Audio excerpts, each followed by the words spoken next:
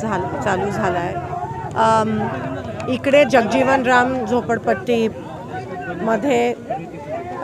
एक मुलगी त्या ठिकाणी 14 वर्षाची मुलगी मृत्युमुखी पावली आहे। सोलापुरात काही दिवसापासून घाण पाणी येत आहे। तुम्हाला आठवतं आहे की 15 वर्षापूर्वी कॉलेरा झालेला, कारण का पाईपलाईन कुजलेल्या।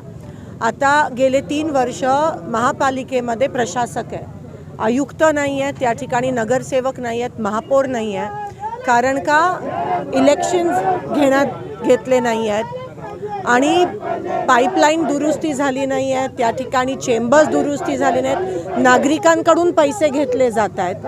ह्या गोष्टीचा मी निषेध करते। मला कोणत्याही प्रकारचं राजकारण करायचं नाही आहे, पण ही परिस्थिती आहे आणि पूर्ण महाराष्ट्रात ही परिस्थिती आहे की कुठेही महापालिकेमध्ये इलेक्शन झाले नाही आहेत, साधं झोनमध्ये पण पैसे नाही आहेत आणि हे नेमकं दूषित पाण्यामुळे पाण्यामध्ये पाणी इतकं घाण आहे, ते 8-8 दिवस पाणी साठवून ठेवावं लागतं, त्याच्यामध्ये आळ्या निर्माण होत आहेत, त्याच्यामध्ये वेगवेगळे कीटाणू निर्माण होत आहेत आणि तेच पाणी नागरिकांना प्यावं लागतं आहे। आता शास्त्रीनगर असेल, जगजीवनराम झोपडपट्टी असेल, पूर्व भाग असेल, सगळ्या नागरिकांकडून तक्रार आहे की आमच्या इथे एकतर 8 दिवसाआड पाणी येत आहे, जे येत आहे ते घाण पाणी येत आहे, मैल मिश्रित पाणी येत आहे आणि ही पूर्ण चूक ही महापालिकेची आहे, पूर्ण चूक ही सत्ताधाऱ्यांची आहे, कारण का इलेक्शन्स घेतले नाही आहेत आणि आयुक्त आत्ताच आले, त्यांना काही माहीत नाही। खरं तर उन्हाळ्याच्या आधी सगळं वॉशआउट झालं पाहिजे, पाणी पुरवठा चांगला झाला पाहिजे, सगळे चेंबर्स दुरुस्त झालं पाहिजेत, पण हे सरकार ह्याबाबत गंभीर नाही आहे आणि आज सामान्य नागरिकांना बळी द्यावा लागतोय सरकारच्या निष्काळजीपणामुळे।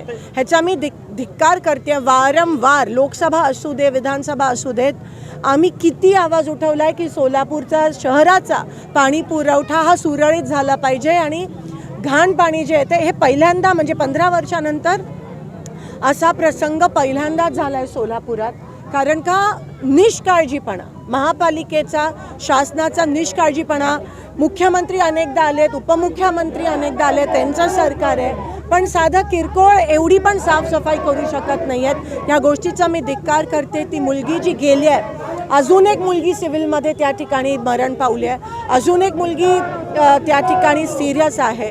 असं जर होत असेल तर आम्ही गप्पा बसणार नाही आणि ह्या मुलींचा, सामान्य नागरिकांचा बळी पडत असेल तर सरकारचे डोळे उघडायला पाहिजेत, त्यांना नुकसान भरपाई तर मिळालीच पाहिजे, पण गेलेल्या मुलीचा जो उणीव आहे ती कोण भरून काढणार आणि ताबडतोब या ठिकाणी लक्ष काढून सगळं पूर्ण सोलापूरचा पाणी पुरवठा साफ झाला पाहिजे। खरं तर महापालिका प्रशासनातल्या अधिकाऱ्यांचं देखील असं म्हणणं आहे की जे चेंबर्स आता